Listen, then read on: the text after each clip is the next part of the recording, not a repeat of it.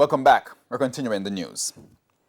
Highly placed police sources told TVJ News that it's a human error that led to 2 prisoners escaping from the Hunts Bay police lockup last night. The sources say the men simply walked out of their separate cells to the back of the lockup and made their way through a hole in a section of the perimeter fence. The sources also confirmed that it's the same section of the perimeter fence through which 7 prisoners escaped last year.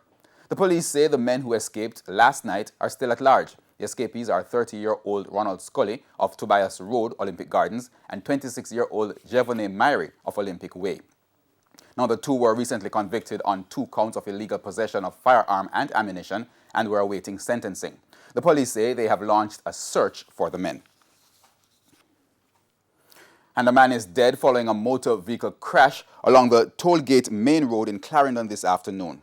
The crash, which occurred shortly after 4, involves 2 motor cars and a parked truck. The dead man was a passenger in a taxi that slammed into the truck. From Tollgate, 2 cars passed me. On my way coming up, me a brake ball out irks. By the time I look, like the T that touch the side of the pro box and the pro box spin and end up in a truck.